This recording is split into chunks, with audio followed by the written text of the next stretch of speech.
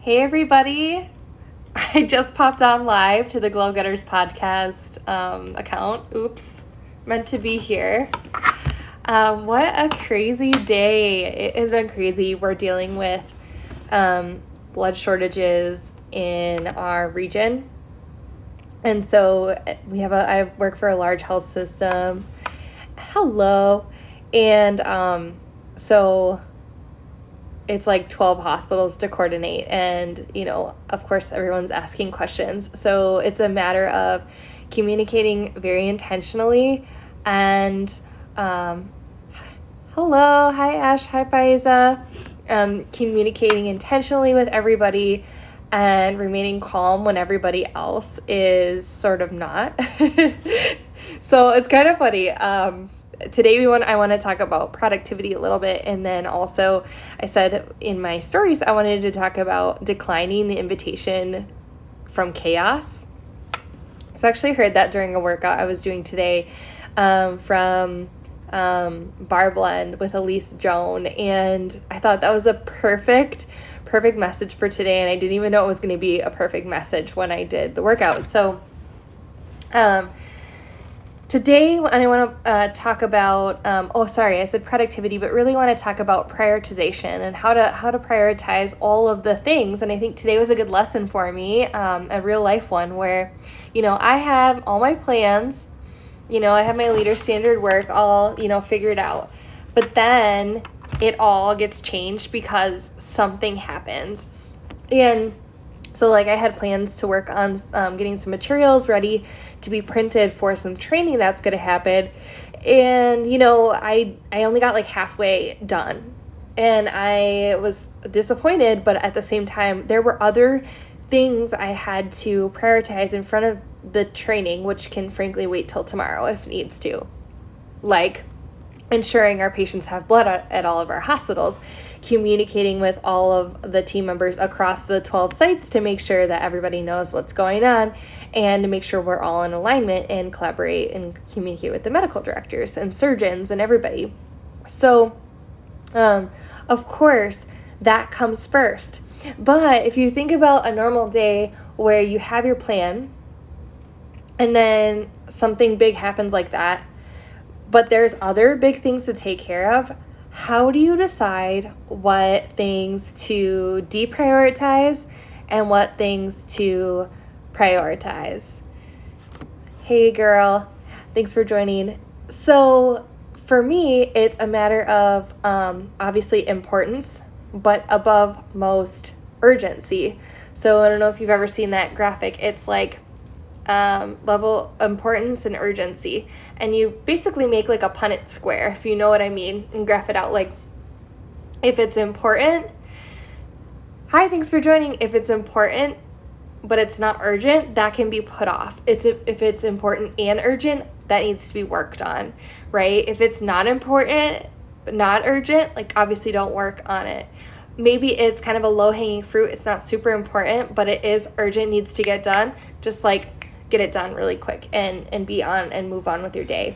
So that's one way I think about it.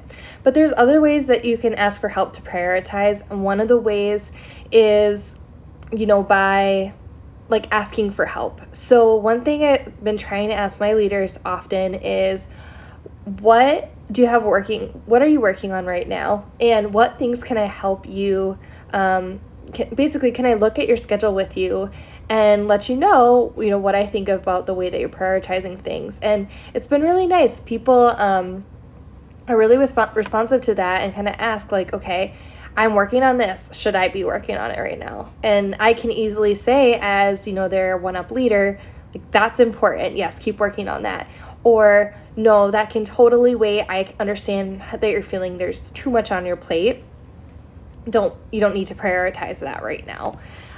If you guys have watched my Leave Happy Tasks video, or how to prioritize your day video on YouTube, I talk about the history of the word priority. And it used to be singular up until 1900, the early 1900s. And then at some point it became plural. So priority became priorities, which is totally against everything we mean when we say priority. We mean our number one thing. And that's why I have the leave happy task method, because then it's like, you mean 1 to 3 things, right?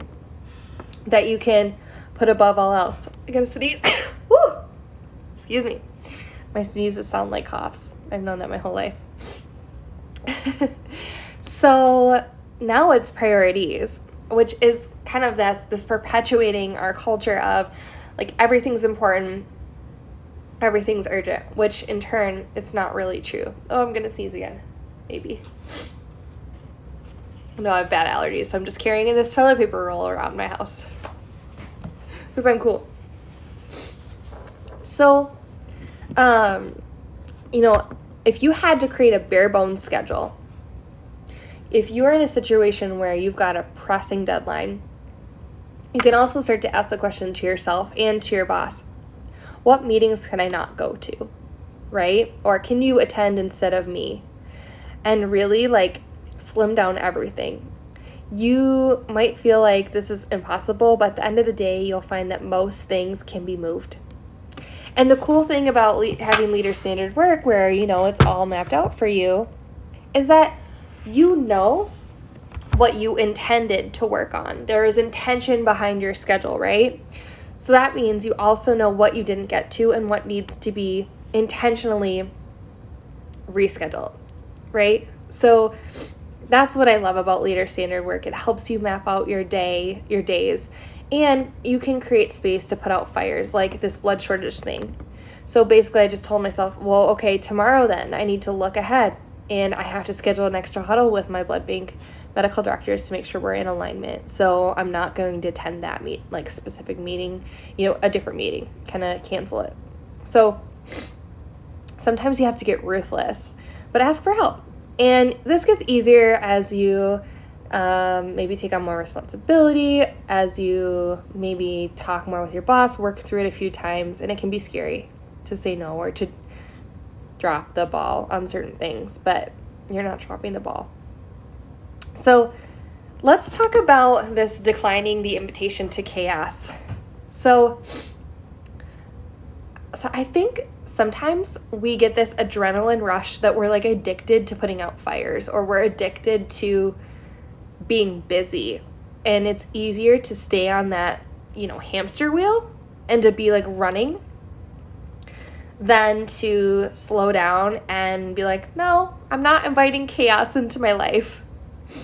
So this has a lot to do with how we let situations affect us, or things that happen for us that we think are happening to us.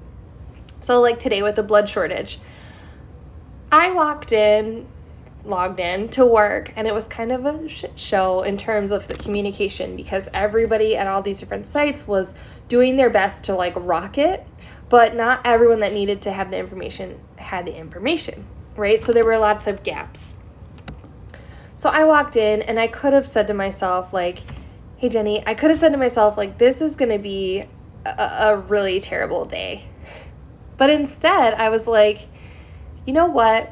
We've done this before. We have a policy. We have a procedure. We have an S-bar. So this sweater, by the way, with my belly, it barely fits. It barely goes over my stomach. It's kind of funny. But instead, I was like, you know what? We're prepared. We have a procedure. We have a policy. We have communication channels. It's not our first time tackling this.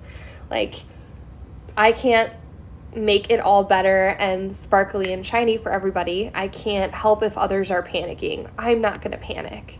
I'm not going to let it ruin my day. I'm not going to let it affect my mood. In fact, I'm going to embrace the fact that this is part of why we prepare so hard for when we have issues. So I was actually feeling great today. And there are people who get super stressed out and overthink every single little thing, and I've been there before. But I think the more that we can start to kind of look to reality and tell ourselves we have the ability to control our thoughts and mindset around different situations, the better leaders we can be, the better we're going to be in situations. Thanks for the hearts. I just think that a lot of us get so worked up, and then at the end of the day, we're like, well, what really happened? So today I had a debrief with the medical directors, and I talked about what really happened. And so I was like, did we cancel any surgeries? No. Did we have any pushback from any providers that we reached out to let them know about the shortage? No. Do we have all the information we needed to be able to communicate intentionally? Yes. Do we feel like we have the information we need to communicate? Yes. So at the end of the day, literally, like, nothing happened. Like, nothing bad happened, and mostly all good things happened. But just because we're having a shortage, you can go down this, like, spiral in your head, like, things are such a bad day. It's such a swamp day. It's such a crazy day. So really thinking about getting into that higher self, getting into that reality-based thinking as a leader helps with the emotions.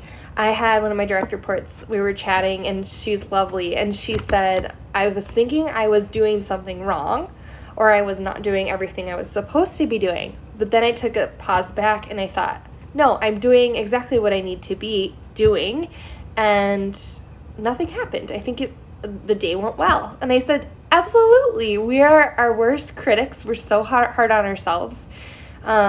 This email about the shortage came out at like 3:30 p.m. last night. I was on a late meeting that got added on during that time. I checked my email before that meeting and logged off right after. I didn't see it. So I came into it in the morning, and you know what? Like, other people had started to take care of it before me. And I could have panicked, but I realized, like, everybody who needs the information, for the most part, who's operationally taking care of it, is doing things, is mobilizing. They've already started this work, rather than me from my house, like, being a coordinator, right? So it's all about perspective and getting into that higher self and getting curious and asking questions like, am I doing the right things? What actually happened today? And at the end of the day, no one died. Well, I'm happy. So I think we all have different thresholds for what makes us anxious or what stresses us out when we need to reprioritize. But I think that's why Leader Standard works so great, because it is just reality on a page. Basically, saying like, here's what actually happened today, and here was the outcome. And it's just data. Everything that I love to teach, it's not about judgment, it's just about data. So I've been working to develop more of my Leader Standard work, like success workbook. I don't know what I'm going to call it, but I wanted to show you guys, I'm going to make a video on this, but like how my Tuesday shaped up and how I was able to kind of know what was going on and level load. So I don't know what the best way is going to be. Okay, so I blew Tuesday up. Okay, so I have these meetings on yesterday. These are all my Tuesday meetings. The black is what I started with. The green are the edits. So the black is what I went into my day thinking about. I knew I was double booked at noon because I had a meeting added on late on a Friday. I knew that I was also kind of overlapping here for this meeting about patient ID and for my one-on-one. So I needed to resolve that. And then I didn't know about this meeting, this platelet study meeting, which was added on the same day. So I had planned about, 4.75 hours just for the weekly meetings plus my daily recurring hours booked. So it would have been about 6.5 out of 8 hours totally booked for yesterday.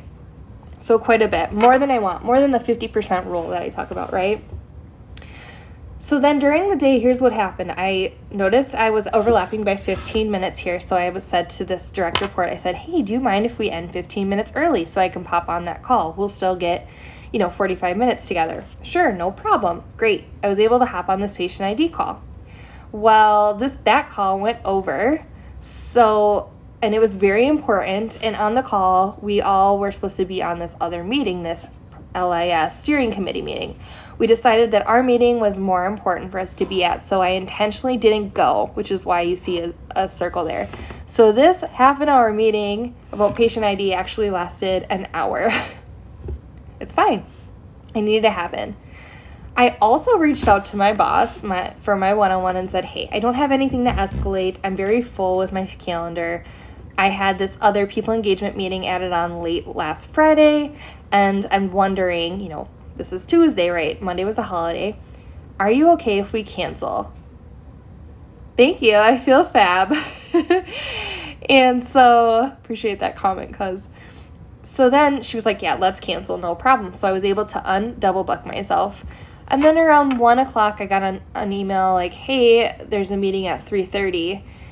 There might be blood bank operational things. And my specialist who I would have sent to this meeting was in a training. So I was like, all right, I'm her backup. So I will attend this meeting. So that is how I actively documented and changed my calendar for the day when, I guess my standard work to know what happened. So what's kind of nice is you can like create this in one color and then in a different color go through and show the changes. And so this is how you can see how your schedule changes in real time. And then of course on your calendar, Outlook, Gmail, whatever you're using, you'll have new invitations. So that's how you kind of learn too, like, am I overbooking myself? Do I need to make more space for things that might pop up? Or, hey, like, I didn't notice until last minute that I had these 2 overlapping meetings. I couldn't have known. It was added on late last week, like while we were all on holiday. So there's that. So I've been working on getting you guys this workbook. So I've been trialing it out. I made like a digital planner, and I just started filling this out, but this would be the calendar. So kind of like as if you're using Outlook, you would take your standard work meetings and start to time block and add them in over here. So that's what I've started to do, and actually put the leave happy task at the top of each day, which I'm very excited about. And then I actually hyperlinked,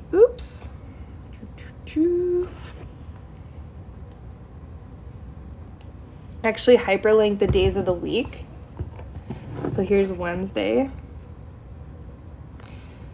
And it's a little slow because the file's large and I haven't changed it, but there's a lot of notes here. But I have my leave happy tasks at the top here. So I only got my partial safe trace training stuff done. I got my blood shortage contingency plan stuff done, and I need to send some recognition to someone. So I don't want to show you all these notes because they're internal notes. But yeah, so I have, I'm starting to put together the leader standard work, the weekly schedule, and then the daily notes page. And then something I've also been thinking about is adding a project list. So adding the, a way to document your projects that you can talk to and use to communicate intentionally with your one-up leader. And that's how they can help you prioritize. You're like, here's what I'm working on. And they're like, oh, okay, I didn't know that. Like, this is great, or this doesn't seem aligned, or the timing's not right. Or you can ask for escalation to remove barriers. And it's a tool that I use with my boss that I love. And I've actually also want to include a goal setting page. So let me know, send me some hearts if you'd be interested in the project plan or the project grid tracker and the goal setting pages as well. So it would be those pages, the leader standard work, the weekly calendar layout, and then the daily layouts with the leave happy tasks. So that's where I'm at. Hoping to create some more content to share on the @leavehappytask IG account, and have some really specific tangible tip posts in the next couple days. But I knew I was going live, so I figured I would start to share it here with you guys. So what questions do you have about rearranging your priorities, how to do that, how to kind of shuffle your calendar when things get crazy? See if anybody has any comments. Have you ever had a day where you walk into work or even your home life and you plan to do one thing and you have to divert your attention to something else? I feel like that happens to all of us. And we all need a way to kind of handle that emotionally and mentally and even just like physically, like somewhere to see it all, to know like, what the heck am I doing? Yeah, happens all the time, Jenny says. Yeah, happens all the time. So I feel like the more that you do that, the more that you practice it, the easier it gets to handle. Like, it's never easy to change and pivot in the moment, but like, it doesn't phase you as much. You're just like, okay, I guess I need to do that. I need to pivot. So, all right, guys. Well, if there are no other questions, just I'll hang out a sec to see if there are. But I'm gonna go get Kate from daycare, and like, I haven't moved from this seat almost all day, just because craziness. I need to like move my booty and have some dinner and I don't know, enjoy the night. So thank you all for joining. I so appreciate it. All right, take care. Bye.